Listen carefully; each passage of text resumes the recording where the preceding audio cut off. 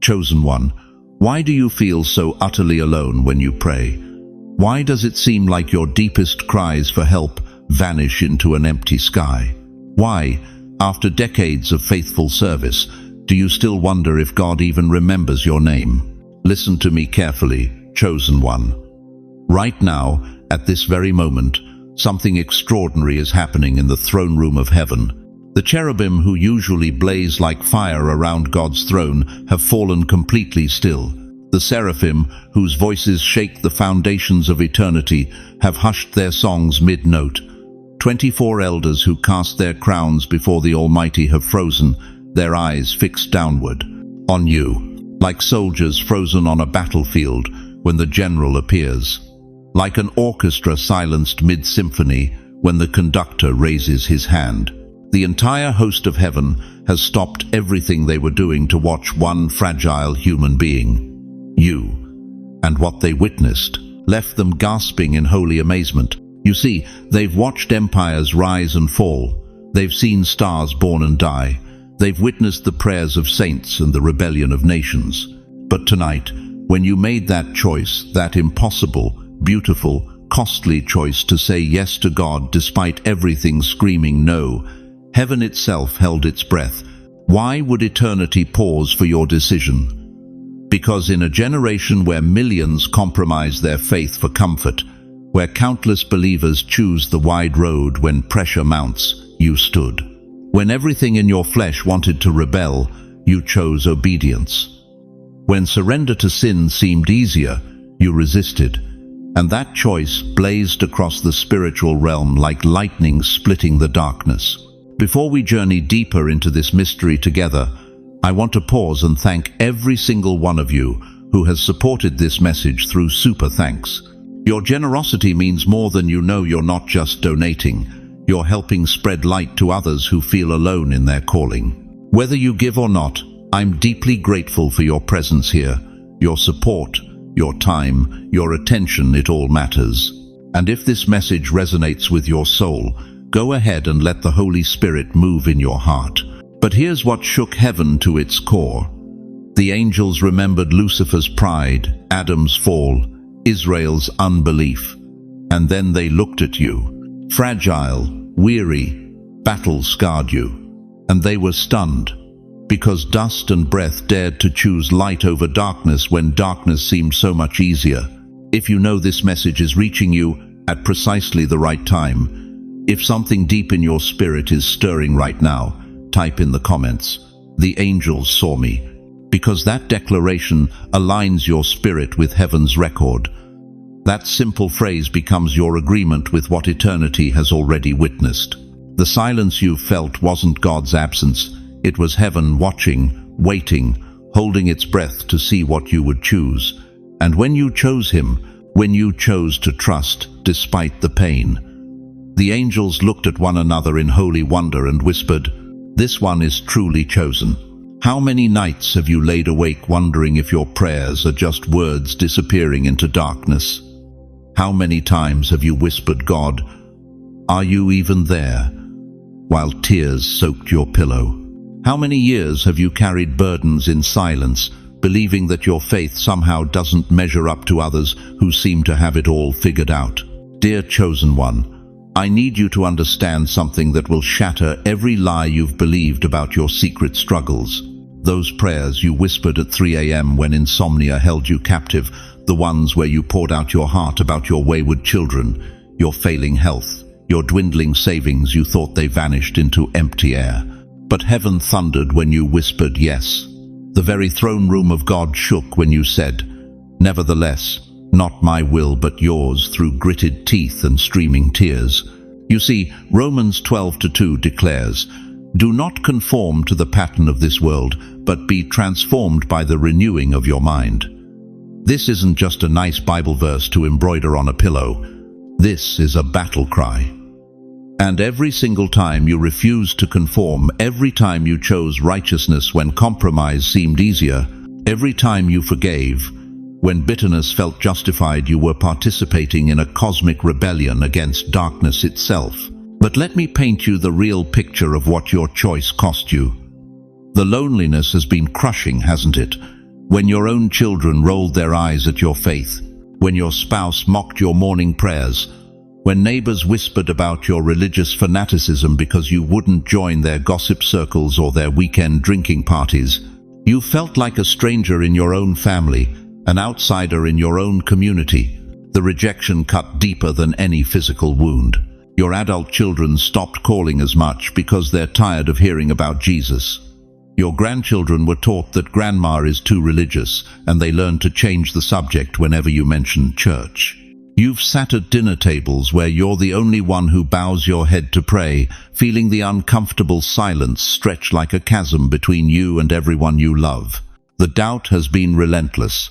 Satan whispered in your ear every single night. If you're really chosen, why are you so alone? If God really loves you, why did he let your spouse die? Why did he allow your retirement to be destroyed by the stock market crash? Why are you eating generic cereal and rationing your medications while televangelists fly in private jets? You questioned everything. Your faith, your sanity, your worth.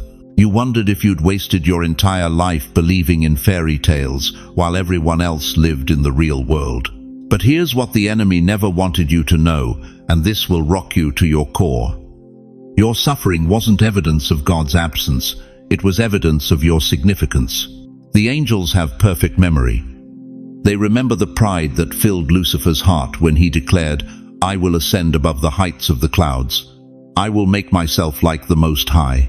They witnessed the devastating fall that shook the foundations of heaven itself. They remember Adam and Eve's choice in the garden, how quickly perfect beings chose rebellion when faced with temptation. They remember Israel in the wilderness, complaining and building golden calves, despite witnessing miracles that split seas and rained bread from heaven. And then they looked at you, weak flesh, fragile bones, a heart scarred by decades of disappointment and loss. They watched you stand at your own crossroads, not in a perfect garden, but in the wreckage of broken dreams. Not with a full belly and perfect health, but while counting pills and stretching social security checks. They watched you face the same choice that angels and perfect humans had failed, and you chose God anyway. You chose obedience when your arthritis made it painful to kneel for prayer. You chose faith when the doctor's report looked terminal. You chose forgiveness when your children abandoned you for someone who promised them what you couldn't give. You chose trust when your bank account showed double digits and the bills showed triple. The angels were stunned.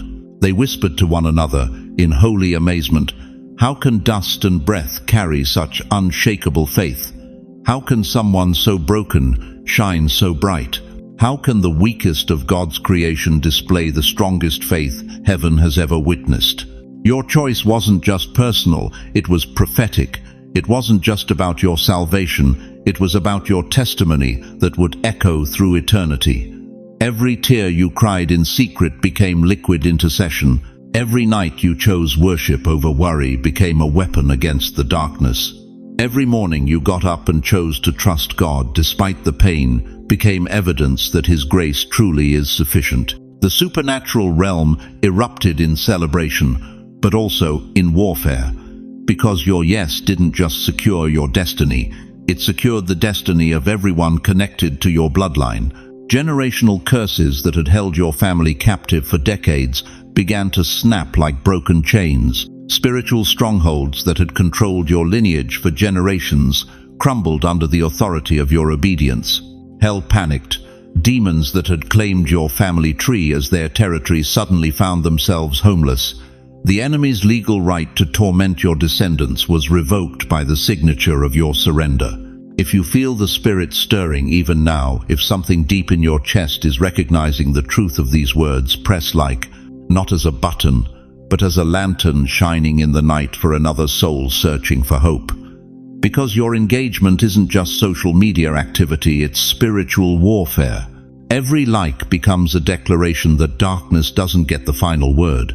But there's something else the angels witnessed that night, something so shocking that it changed the very atmosphere of heaven itself. And what they saw next will explain why your breakthrough isn't just coming, it's already here.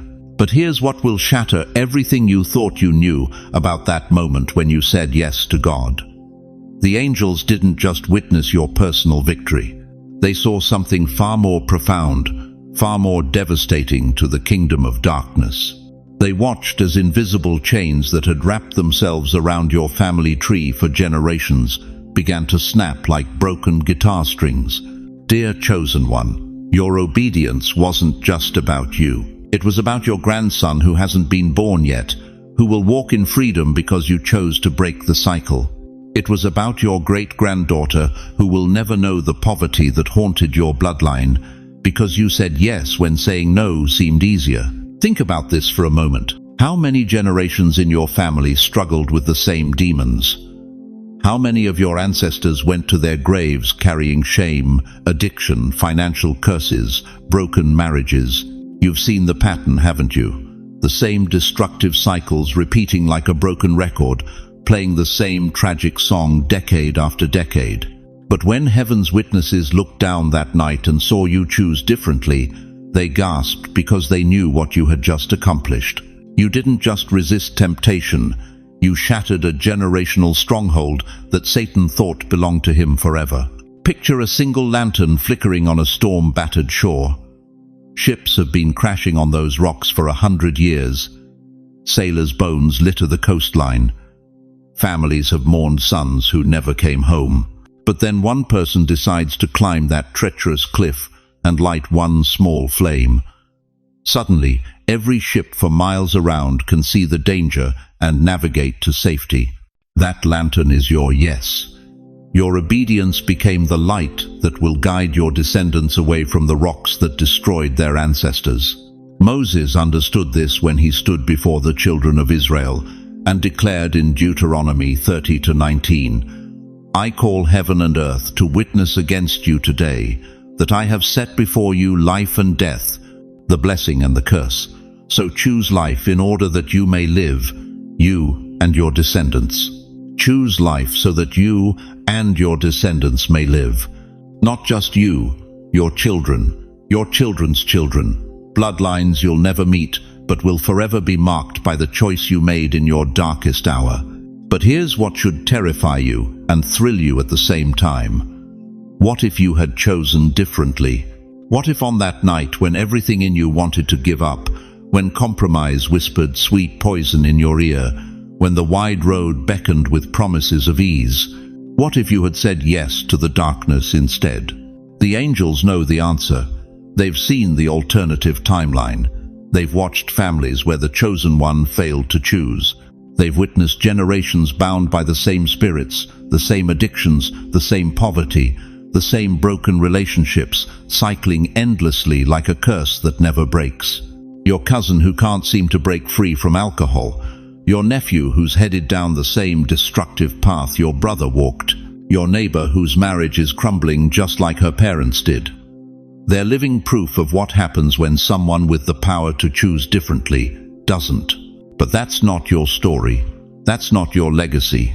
Because in the moment when hell thought it had you cornered, when every circumstance screamed that giving up was the only logical choice, you looked up and whispered, nevertheless, not my will, but yours.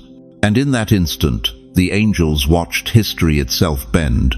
They saw the trajectory of your entire family line shift from destruction to blessing, from curse to inheritance, from death to life.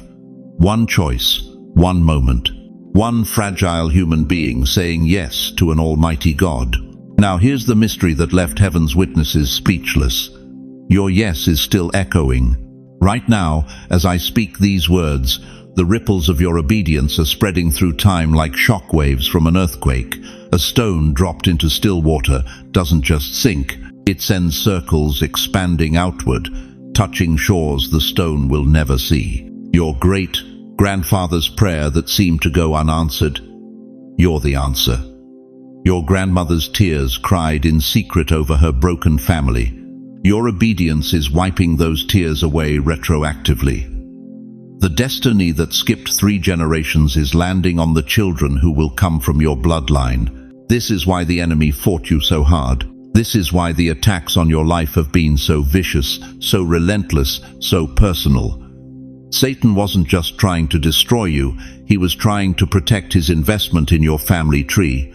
He knew that if he could break you, he could keep entire generations in bondage. But you stood, you endured, you chose, and his claim on your lineage was shattered forever. The angels are still watching those ripples spread. They see your daughter finding strength she didn't know she had, because courage runs in her spiritual DNA now. They see your son making decisions that honor God because integrity was passed down through your bloodline like a genetic gift. They see children not yet born who will walk in authority because you bought their freedom with your obedience.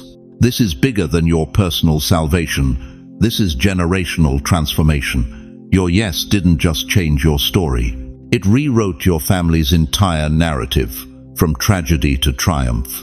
If you believe your yes is still echoing through eternity, if you sense that your obedience is still sending ripples through time, type ripples in the comments right now. Because when you declare it, you're not just making a statement, you're making a prophecy over generations you'll never meet, but will forever be blessed by the choice you made to say yes. But here's what the angels whispered to each other as they watched your ripples spread into eternity. They realized that one person's obedience could literally rewrite the spiritual DNA of an entire bloodline. And they wondered, if one yes could do this much damage to darkness, what would happen if that same person discovered the fullness of their calling? You have always known deep inside that you are different.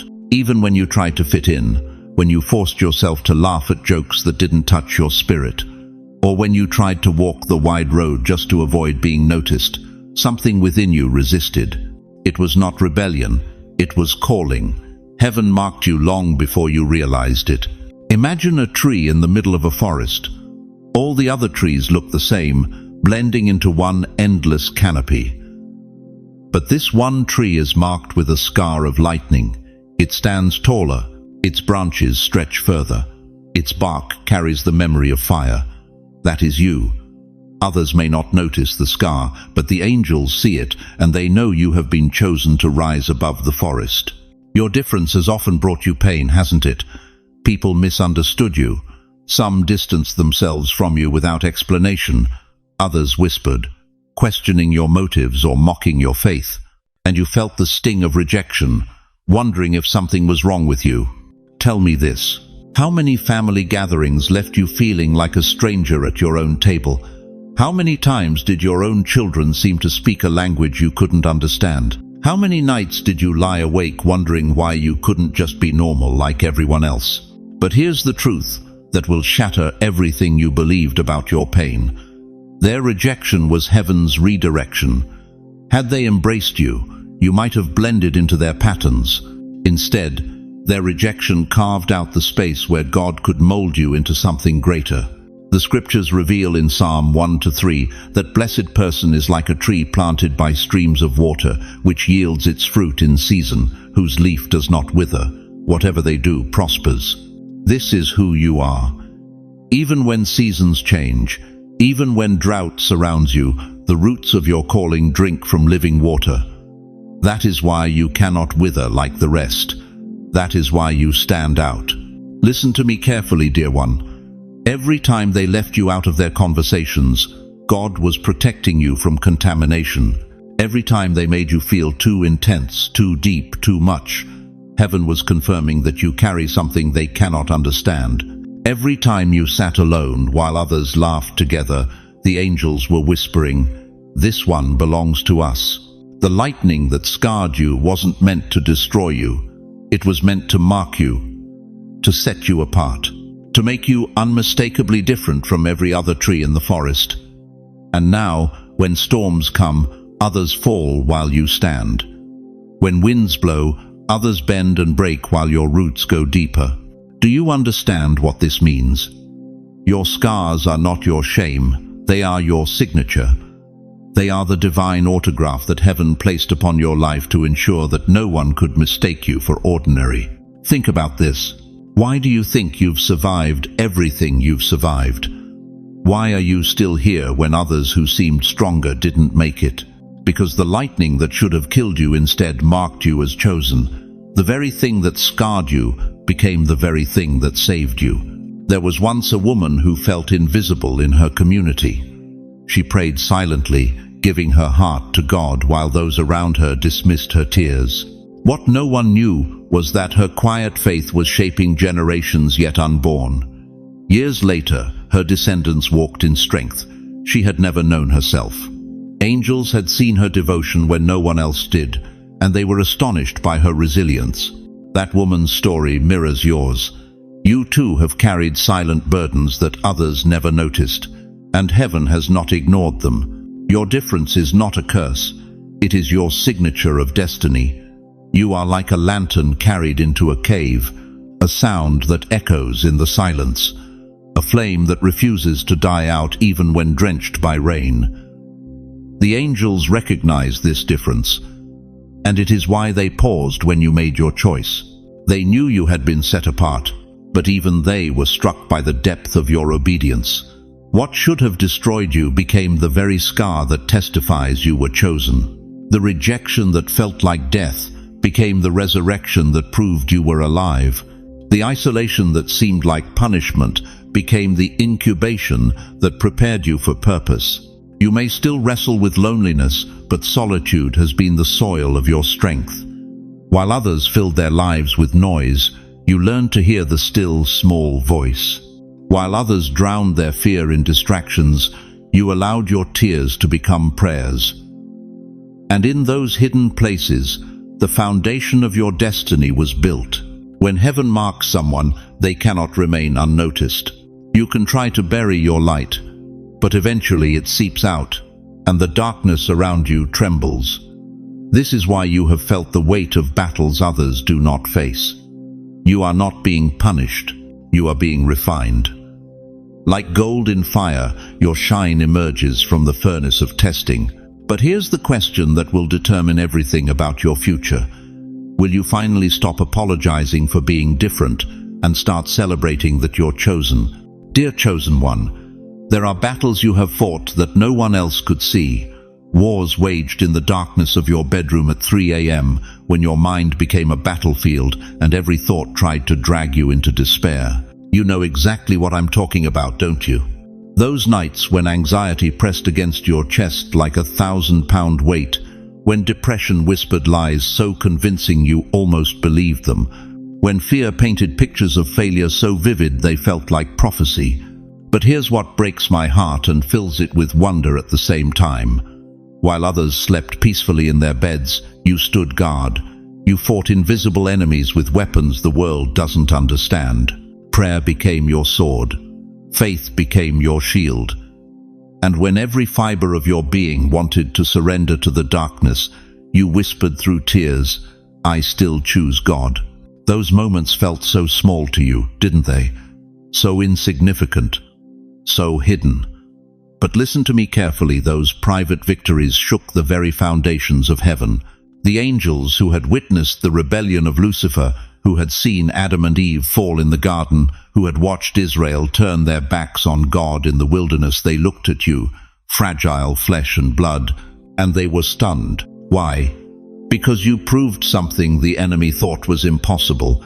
You proved that human beings, in their weakness, could choose light when darkness felt easier. You proved that dust and breath could carry the image of God, even when hell unleashed its fury. You proved that private obedience has more power than public applause. Think about this soldier standing watch while his entire camp sleeps. The night is cold, his feet ache, his eyes burn from staying alert. No one thanks him. No one sees him scanning the horizon for threats. No one applauds when he spots the enemy approaching and sounds the alarm that saves 1,000 lives. His victory happens in silence, in solitude, in the space between courage and collapse. That soldier is you, chosen one. Every night you refused to give up. You were standing guard over more than just your own soul. Your children were sleeping safely because you were interceding. Your family was protected because you were praying. Your community was shielded because you were fighting battles on your knees that they'll never even know about. The Apostle Paul understood this mystery when he wrote in 2 Corinthians chapter 4, verse 17, For our light and momentary troubles are achieving for us an eternal glory that far outweighs them all. Light and momentary? Paul, are you serious? That depression that lasted 3 years felt light. That betrayal that shattered your trust felt momentary. That financial crisis that nearly destroyed your family felt like nothing. But Paul saw what you're just beginning to understand. Every tear you've cried in secret, every prayer you've whispered when hope seemed dead, every moment you chose faith over fear, all of it was building something in the unseen realm. Something so magnificent, so weighty with eternal significance, that your present suffering can't even be compared to the glory being prepared for you. Here's what will shock you to your core. People celebrate trophies gathering dust on shelves. They applaud achievements that fade with time. They honor success that means nothing in eternity. But heaven celebrates tears that turned into prayer. Heaven applauds the grandmother who wept for her prodigal grandson every morning for 27 years until he came home. Heaven honors the widower who chose to bless instead of becoming bitter after losing his wife of 53 years. The angels stood in awe of your private obedience because they know something the world doesn't understand. They know that the greatest victories happen when no one is watching. They know that the battles fought in silence echo the loudest in eternity. They know that your hidden faithfulness has rewritten the story of your entire bloodline. You thought you were just surviving those dark nights, but you were actually conquering territories in the spirit realm. You thought you were barely hanging on, but you were actually building a testimony that will strengthen others for generations to come. You thought no one noticed your struggle, but heaven was taking notes, and angels were holding their breath, watching dust and breath choose divinity over defeat. Every time you got on your knees when your heart was breaking, you weren't just praying, you were prophesying. You were declaring that God is still God, even when life doesn't make sense. You were announcing that light still exists, even in the deepest darkness. You were proving that love is stronger than death, hope is mightier than despair, and faith can move mountains even when it's small as a mustard seed. But here's the question that will determine everything about your future. Will you finally recognize that your private victories were never private at all? Will you understand that your silent wars were witnessed by the armies of heaven? Will you accept that your hidden tears became the very ammunition that defeated the enemy's plans against your life?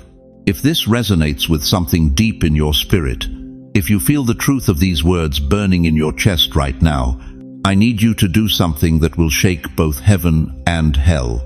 Type in the comments, "Angels witnessed this," because those words are not just comments, they are declarations in eternity. They are your agreement with heaven's record of your faithfulness. They are your testimony that you fought and won when no one else was looking. The question burning in the throne room of heaven right now is this. Now that you know your private victories were public in the spirit realm, what will you do with that revelation? Dear chosen one, I need to tell you something that will shatter every lie the enemy has whispered about your future. For years, maybe decades, you felt his breath on your neck, haven't you? That cold whisper in your ear at 3 a.m. You're going to break. You can't keep this up. Everyone has a breaking point, and I've found yours. The devil has been studying you like a predator studies its prey. He's mapped out every weakness, catalogued every fear, documented every moment you've stumbled. He's watched you bury your spouse, seen you count pennies at the grocery store, observed you crying alone in your car after another doctor's appointment, and Satan smiled. Because in his twisted mind, your collapse was inevitable. Hell held strategy meetings about you. Demons circled your address on their maps. They whispered among themselves, "This one's almost finished. The financial pressure will break them. The loneliness will consume them. The health scares will terrify them into submission." They were so confident in your downfall that they prepared their victory celebration early. But here's what happened that left every demon speechless and every angel gasping in holy amazement. You stood when the storms of hell pressed against you like hurricane winds against a mountain. You didn't move. When the waves of despair crashed over your head, you didn't drown.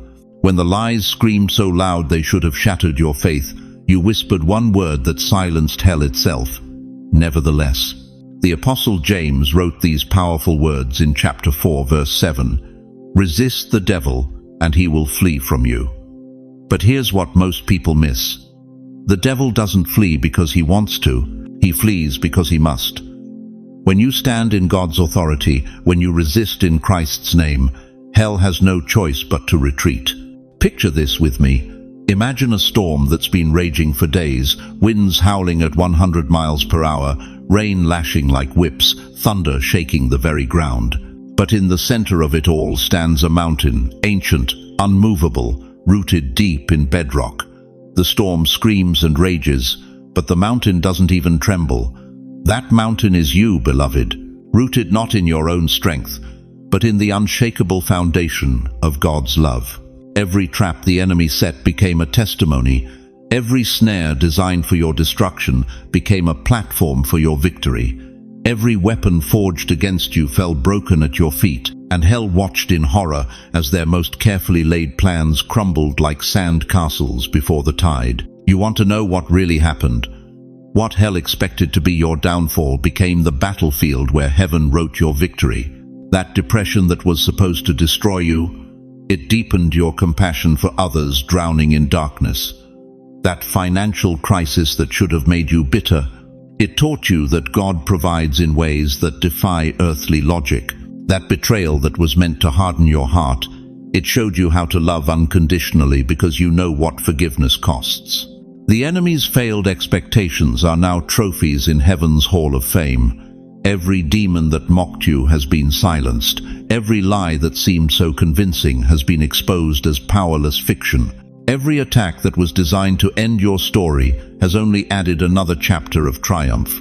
But listen to me carefully, this isn't just about you surviving. This is about you becoming a living, breathing example that hell's strategies are pathetic compared to heaven's plans.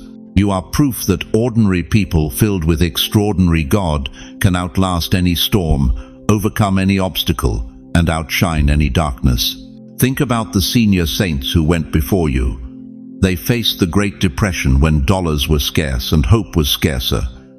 They lived through World War II when evil seemed to be winning. They weathered decades of personal storms that would have destroyed weaker souls. But they stood. They endured. They proved that God's people don't just survive, they thrive in the very circumstances designed to destroy them. Right now, somewhere in America, there's a grandmother counting her pills, wondering if she can afford both her medication and her groceries. There's a grandfather sitting alone in his living room, feeling forgotten by his own children. There's a widow staring at an empty bed, questioning if she has any purpose left. They need to see what you've become. They need to know that hell's expectations don't determine heaven's outcomes.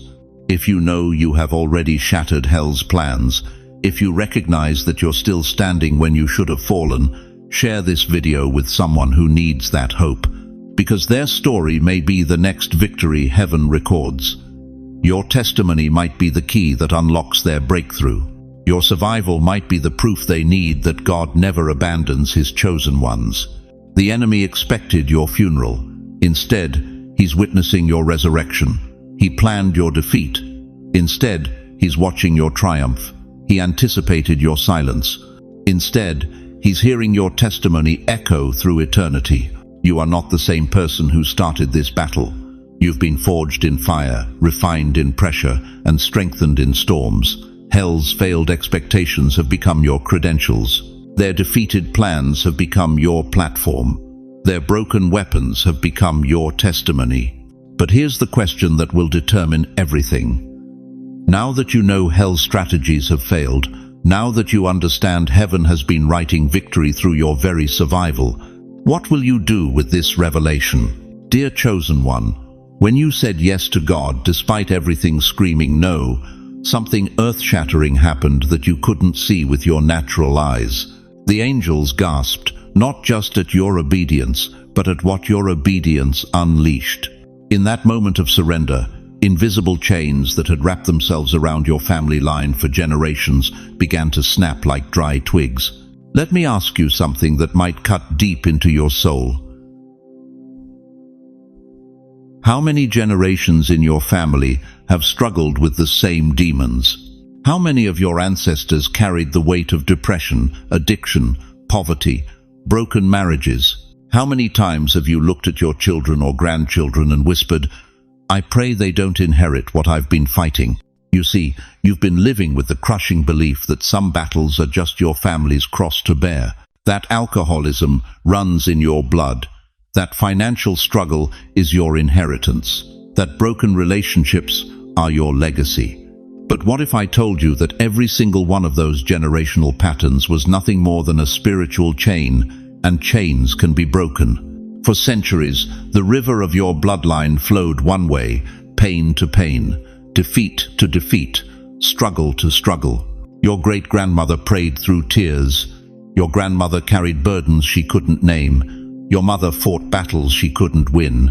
Each generation hoping the next would be different, yet watching the same patterns repeat like a curse that wouldn't lift. But then you made a choice that shocked heaven itself. When you chose obedience over comfort, when you chose God's will over your flesh, when you stood firm despite every reason to fall, something cracked in the spirit realm. The sound echoed through generations past and future. Nahum 1:13 declares with thunderous authority, "Now I will break their yoke from your neck and tear your shackles away." Did you hear that? Now, not someday, not eventually, now. The very moment you said yes to God, heaven issued a decree: break every yoke, tear away every shackle. But here's what will astound you. The angels weren't just watching your personal liberation.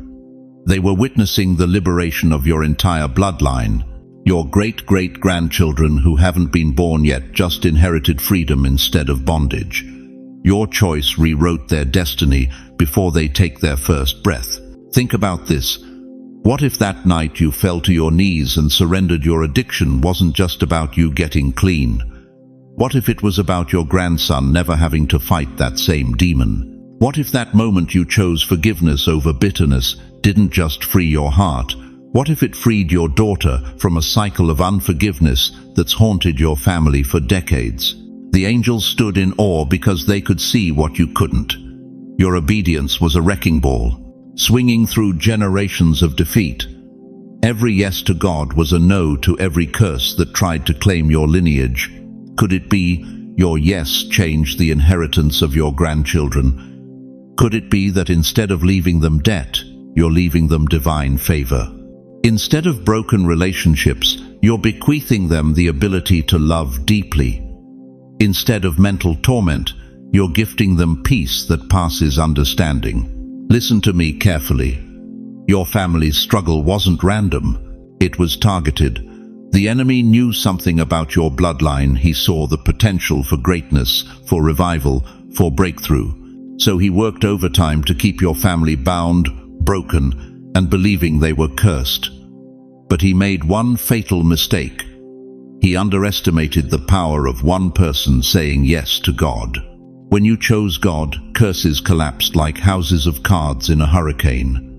Blessings that had been dormant for generations suddenly awakened like flowers after winter's end, and the angels marveled as they watched history literally bend in your bloodline. The trajectory of your family's future shifted in a single moment of obedience. This isn't just spiritual theory, this is biological reality. Science has proven that trauma changes our DNA, that generational patterns get passed down through our genetic code. But what science can't explain is this. When the Spirit of the living God invades your DNA, He doesn't just heal, He rewrites. He doesn't just restore, He redesigns. Your obedience became the editing tool that deleted generational code and installed heavenly inheritance. Right now, there are changes happening in your family that you can't yet see. Your adult children who seemed lost are suddenly feeling drawn back to God. Your grandchildren are displaying wisdom beyond their years. Your spouse is experiencing breakthrough in areas they've struggled with for decades. The angels know what you're just beginning to discover. When one link in the chain breaks, the entire chain falls. But here's the urgency that should grip your heart. This breaking isn't automatic. It requires your continued yes. Every day you choose God over your flesh, another link snaps. Every moment you resist old patterns, new patterns are established. Every time you worship instead of worry, you're installing new software in your family's spiritual operating system. The question burning in my spirit right now is this: will you embrace the magnitude of what your obedience has accomplished? Will you stop seeing yourself as just another struggling believer and start recognizing yourself as the generational chain breaker God called you to be? If you believe this shift has begun in your family, if you can feel the tide turning, if you sense the atmosphere changing, if you know in your spirit that your yes has altered your bloodline forever, write these powerful words: the chain broke with me.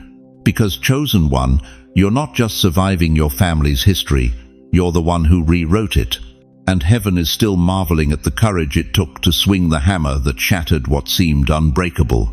Your yes didn't just echo through heaven, it triggered something magnificent, something that changed the very assignment of eternity's armies. You see, dear chosen one, the moment your obedience pierced through the veil of uncertainty, the throne room of the Almighty erupted into action. Not chaos, divine order. The King of Kings turned to his angelic commanders and spoke words that reverberated through every realm. New orders. This one has proven faithful. Deploy the guard. What happened next would astound you if you could see it with spiritual eyes.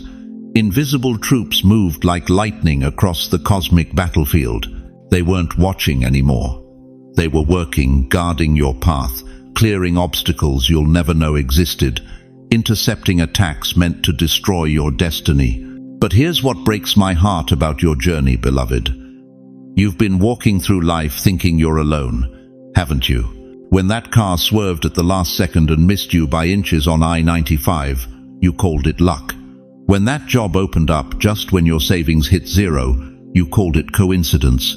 When the doctor said the test results came back clear when they shouldn't have, you called it a miracle but wondered if God really cared. Listen to me carefully.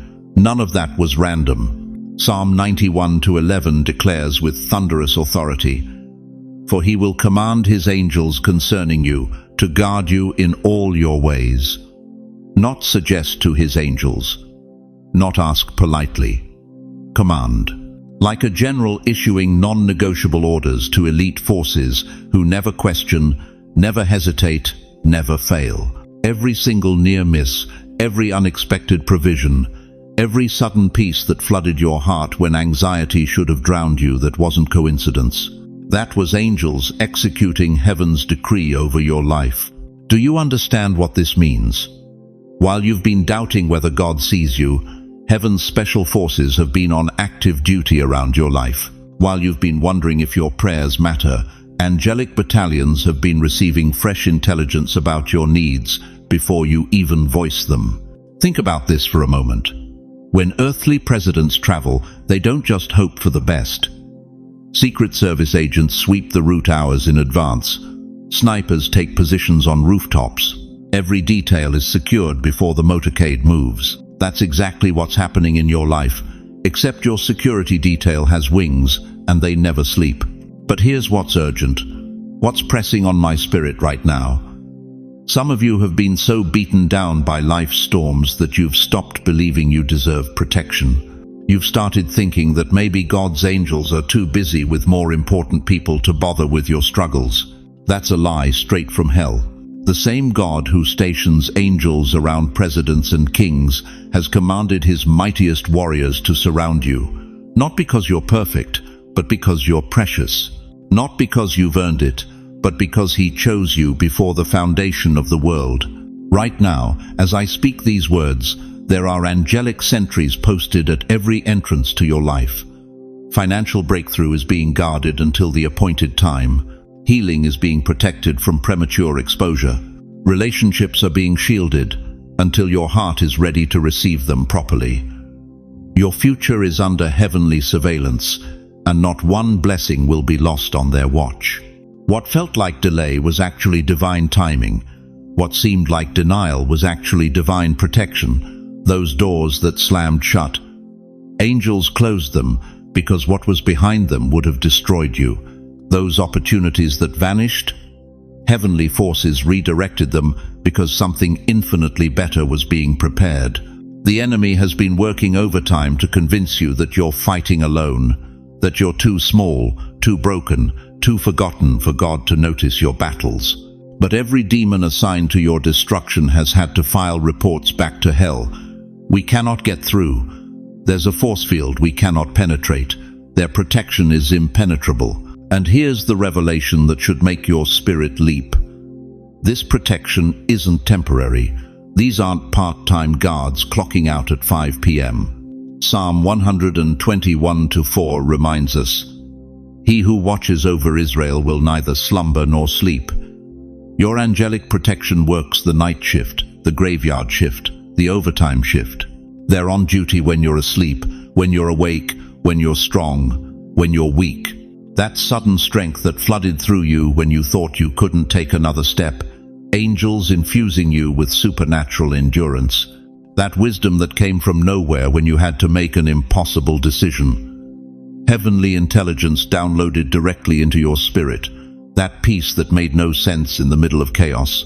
The presence of angelic reinforcements surrounding your mind. But I need you to understand something crucial. This protection is active because your yes was real. Lukewarm believers don't get this level of coverage. Casual Christians don't trigger angelic deployments. But when heaven sees someone willing to say yes despite the cost, when they witness obedience in the face of opposition, the king doesn't just take notice, he takes action. If you know heaven's army is already surrounding you, if something in your spirit is confirming that what I'm speaking is truth, type in the comments. Psalm 91:11. That number becomes your banner in the spirit realm. It's your declaration that you're not just hoping for protection, you're standing in it.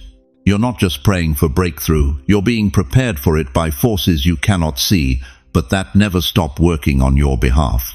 The invisible war being fought over your life isn't just about your personal victory. It's about the testimony you'll carry, the generations you'll impact, the darkness you'll demolish when you finally step into the fullness of who heaven has called you to be. But there's something else the angels witnessed that night. Something that goes even deeper than protection. Something that reveals why your choice sent shockwaves through eternity itself. You need to understand something that will shake you to your very core, dear chosen one. The moment your obedience turned into testimony, something violent erupted in the depths of hell. Jealousy.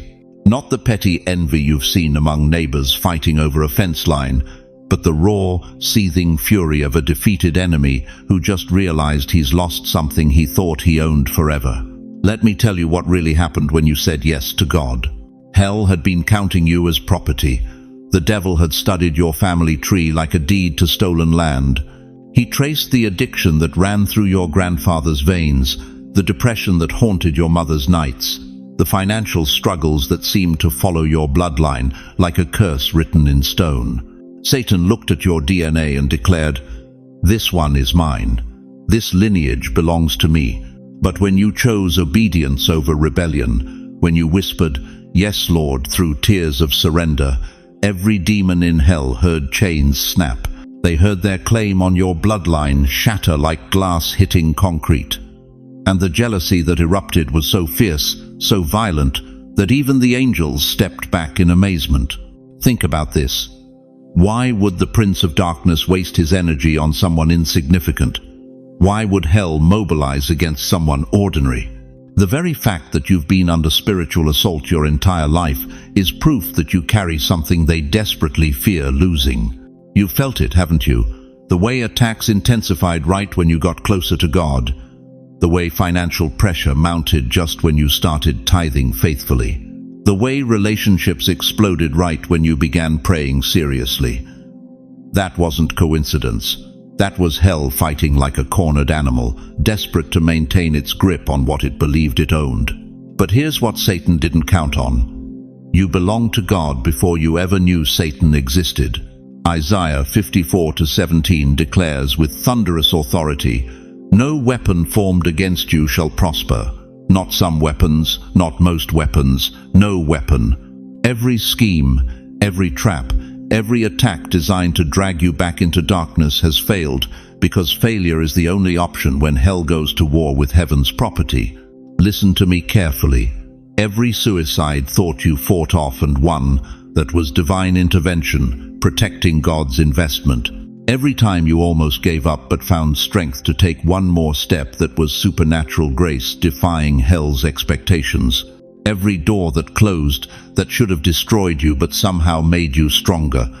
That was the Father protecting what belongs to Him, like a thief bragging about stolen treasure, until the true owner arrives with the deed in his hand. Hell had been parading your struggles, your weaknesses, your family's failures like trophies in a display case. "Look what I own," the enemy boasted. "Look what bows to me." But when you chose God, the true owner stepped into the courtroom of eternity with your name written in the Lamb's Book of Life. Hell's claim was exposed as fraud. The stolen treasure was returned to its rightful owner, and the jealousy that erupted shook the foundations of darkness itself. You want to know why the attacks have been so personal, so vicious, so relentless? Because you didn't just escape hell's trap, you proved its powerlessness. Every step you take in freedom is a slap in the face to every demon that thought you were defeated. Every prayer you whisper is a testimony that their hold was broken. Every act of worship is salt in the wound of their humiliation. The enemy had convinced himself that your bloodline was permanently contaminated. He believed your family's struggles were his signature carved in stone. He thought your pain was his proof of ownership, but your obedience became the eraser that wiped his signature clean. Now here's what will absolutely devastate you. Hell's jealousy isn't just about losing you. It's about losing everyone connected to you. When you broke free, you didn't just save yourself, you cut the chain that was dragging your children, your grandchildren, your entire lineage toward destruction. The angels watched this cosmic courtroom drama unfold and gasped. They saw hell's fury when the verdict was read. This soul belongs to God. This bloodline is redeemed. This family is free.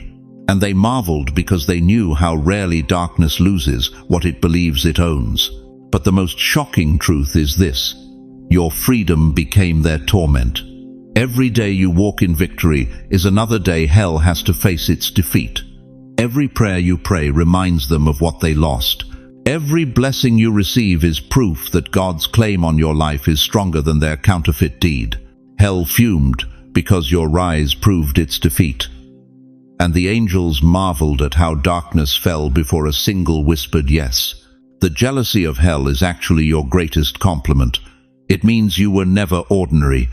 It means you carried something so valuable that darkness fought a war to keep you. But heaven fought a greater war to free you. So when you feel the rage of hell pressing against your peace, remember this: their fury is evidence of your freedom. Their jealousy is proof of your value. Their attacks are confirmation that you've already won. If you've ever felt all of hell press against you, and yet you still stand, share this video now, because someone else's survival depends on your testimony.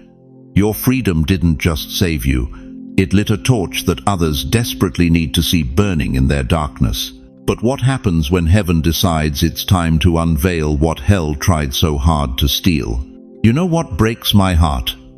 It's when I meet someone who's carried a flame for 70, 80, 90 years, and they think nobody notices. They think their light doesn't matter because it's not blazing on some stage or filling stadiums. They whisper to me, "Pastor, I'm just one old person. My time has passed. What difference could I possibly make?" Let me tell you something that will shatter that lie forever. The angels didn't gasp at your choice because it was just about you. They were shocked because they saw what you couldn't see. When you said yes to God in that moment of ultimate testing, when you chose light over darkness despite the cost, you didn't just light a candle for yourself. You became a torchbearer. Do you understand what that means? You're not carrying just any flame. You're carrying the torch that was lit at Calvary, passed down through martyrs and saints, through your grandmother's prayers and your mother's tears. This flame has traveled through centuries of persecution, through wars and famines, through through every season when darkness tried to snuff it out, and now it burns in your hands. But here's the shocking truth the enemy doesn't want you to know. Your flame was never meant for you alone. Think about this. When Moses came down from Mount Sinai, his face was so radiant with God's glory that the Israelites couldn't look at him. Exodus 34-30 tells us they were afraid to come near. But did Moses hide that light? Did he cover it because people found it too intense?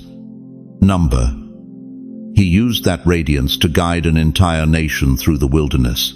One man's encounter with God became the lighthouse for millions. You are that lighthouse now. Every time you've chosen faith over fear, forgiveness over bitterness, hope over despair, you've been adding oil to a flame that others desperately need to see. The teenager in your neighborhood who's cutting herself because she thinks nobody cares. She needs your light. The young father drowning in debt and shame, wondering if he's failed his family. He needs to see that someone with your scars can still smile. The middle-aged woman facing divorce, convinced her life is over. She needs proof that God still works miracles in broken places. You think your pain was wasted, your struggles were meaningless. Listen to me carefully. Every tear you've cried in secret, every prayer you've whispered in the dark, every moment you chose to keep going when quitting seemed easier, all of it was fuel being added to your torch. The angels watched it all, and they knew what was happening. Your suffering wasn't just refining you, it was preparing you to light the way for others walking through their own valleys. Philippians 2:15 declares it plainly, so that you may become blameless and pure, children of God without fault in a warped and crooked generation. Then you will shine among them like stars in the sky. You're not just surviving this broken world, you're illuminating it.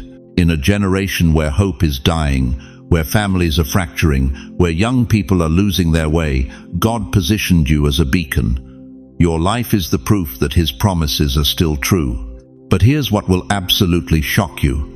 The flame you carry isn't getting dimmer with age, it's getting brighter. While the world tells you to step aside, to retire, to fade quietly into the background, heaven is saying the opposite. The older you get, the more dangerous you become to darkness. Because you carry something now that younger believers don't have. The authority of experience, the credibility of endurance, the weight of a testimony that's been tested by fire.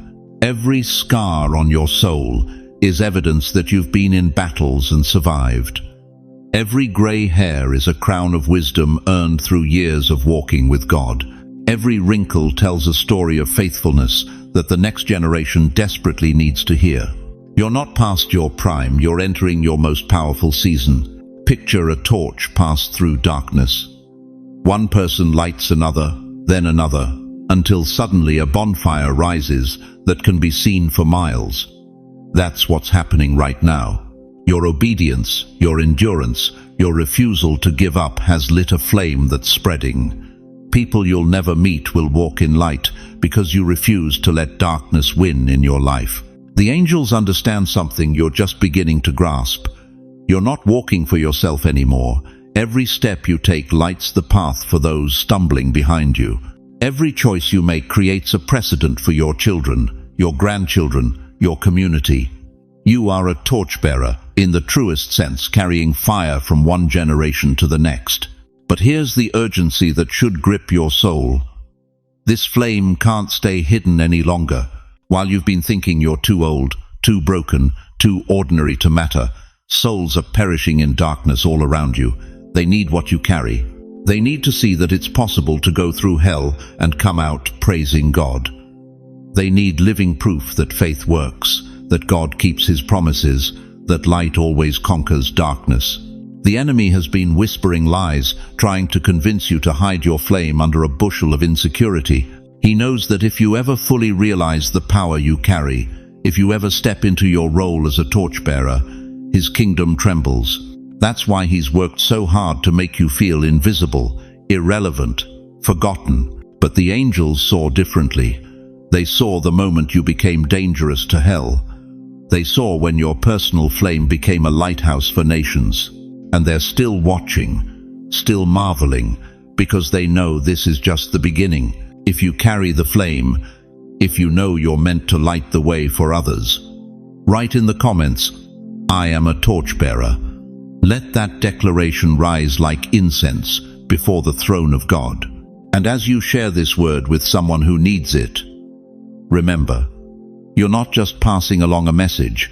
You're literally passing your flame into another's hand, lighting a torch that may ignite an entire generation. The angels are holding their breath again, waiting to see what you'll do with this revelation. Will you step into your calling as a torchbearer, or will you let the flame flicker in silence while the world stumbles in darkness? You wake up at 3 a.m. again. The same ache in your chest, the same questions echoing in the darkness. God, have I wasted my life? Did all those years of faithful service mean anything? Am I just another forgotten soul in a nursing home, counting down days until I die? Listen to me, dear one. What if I told you that while you've been questioning your worth, heaven has already answered? What if every moment you felt invisible, overlooked, passed over for promotion or recognition, God was performing the most sacred ceremony in the universe? You see, there's something the enemy desperately wants to hide from you. While you've been measuring your value by the world's broken scales, by bank accounts that never seemed full enough, by children who moved away and rarely call, by a body that's betraying you with every passing year, heaven has been operating by an entirely different currency. Every tear you've cried in secret became a precious gem in your crown. Every midnight hour you spent on your knees when sleep wouldn't come, that pain melted into pure gold, shaped by the Master's hand. Every time you chose forgiveness when bitterness would have been easier. Every moment you trusted God when your circumstances screamed He had abandoned you. Those weren't just good deeds disappearing into the void. They were crown jewels being set into place. James 1:12 declares with thunderous authority, "Blessed is the one who perseveres under trial, because when they have stood the test, that person will receive the crown of life that the Lord has promised to those who love Him." But here's the mystery that will shatter everything you thought you knew about God's timing. You think this crown is waiting for you in some distant future.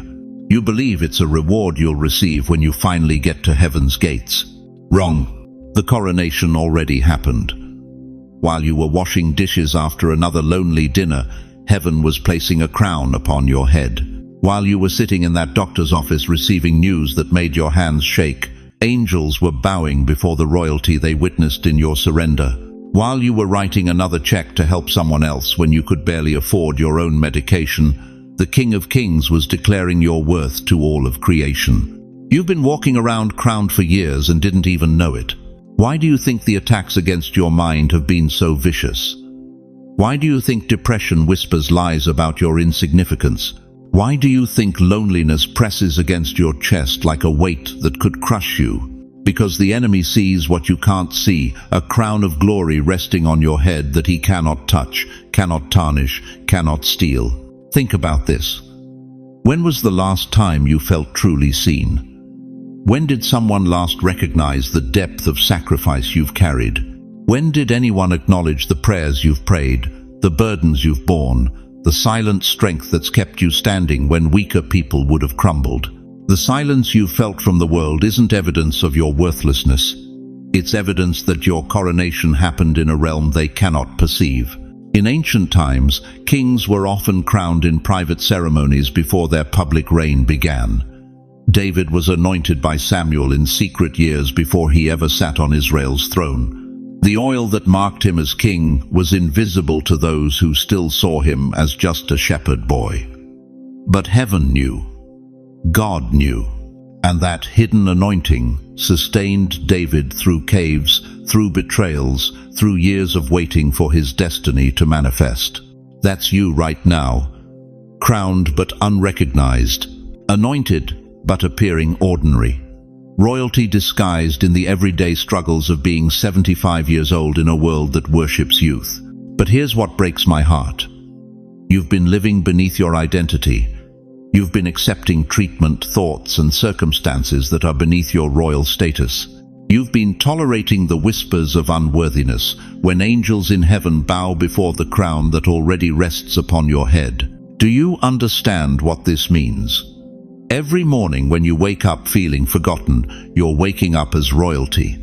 Every time you shuffle to that kitchen to take your pills, you're walking as a crowned one. Every moment you spend doubting your significance, you're questioning what heaven has already declared as settled truth. The crown isn't coming, beloved. The crown is here, invisible to human eyes but undeniable in the spirit realm. Though unseen on earth, angels bow before the crown already placed upon your head. So let me ask you a question that will determine how you live every remaining day of your life. Will you keep living like a beggar when heaven has declared you royalty? Will you continue accepting scraps when you own the banquet table? Will you keep questioning your worth when the King of the universe has already crowned you? Whisper aloud right now, I wear the crown of obedience. Say it until your spirit remembers what your mind has forgotten. Declare it until the lies lose their power and the truth takes root. Because what heaven sealed cannot be erased by time, by circumstances, by other people's opinions, or even by your own doubts. But there's something else you need to know about this hidden crown, something that will explain why your life has felt like one long preparation instead of a celebration. Beloved chosen one, as we reach the end of this sacred encounter, I need you to carry 3 eternal truths with you like precious treasures in your heart. First, remember this. The angels didn't just witness your choice once and move on. They are still watching, still marveling, still standing in awe of your faithfulness.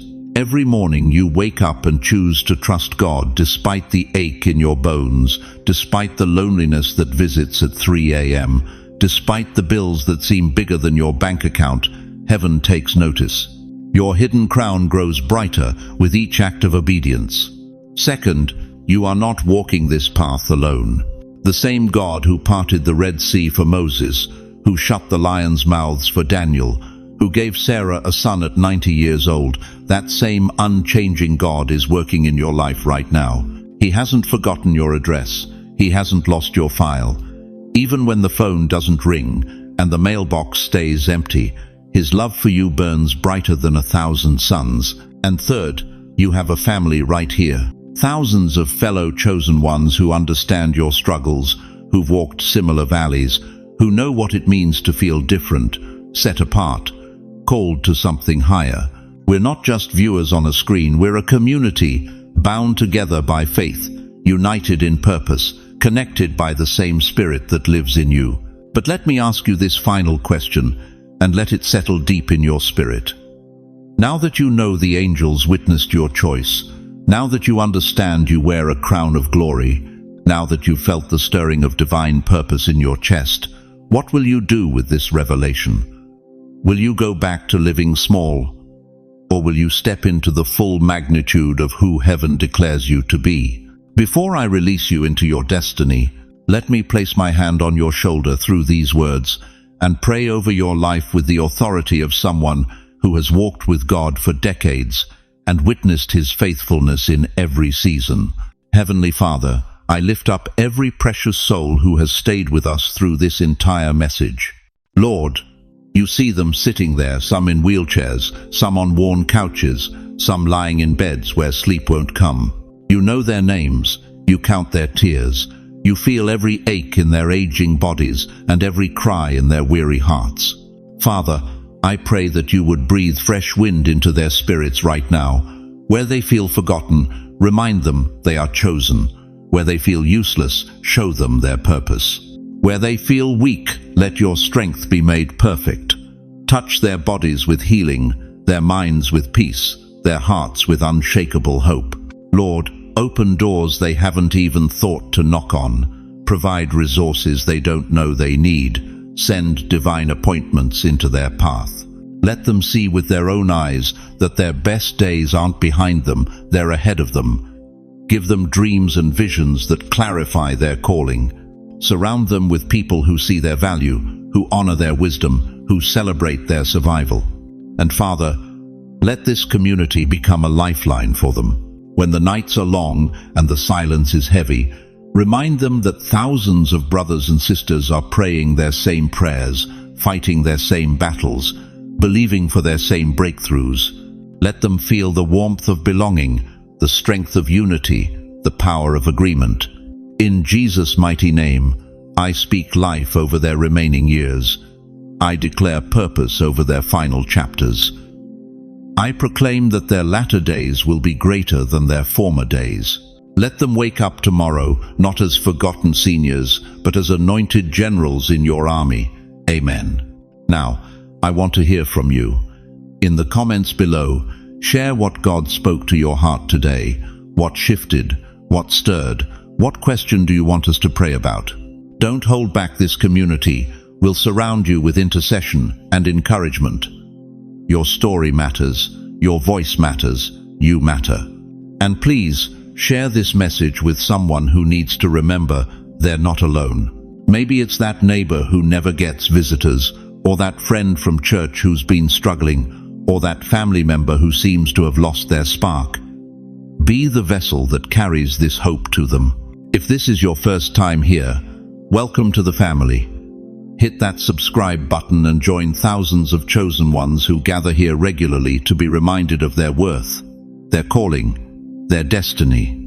We're building something beautiful together, a community where faith grows, hope is restored, and no one has to face their battles alone. Thank you for giving me an hour of your precious time. Thank you for opening your heart to receive what heaven wanted to pour into you today.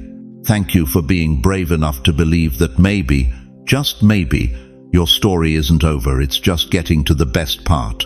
Go forward knowing this. You are chosen, you are crowned, you are watched over by angels, and your finest hour is still ahead of you. The angels are still watching, beloved. Make it count.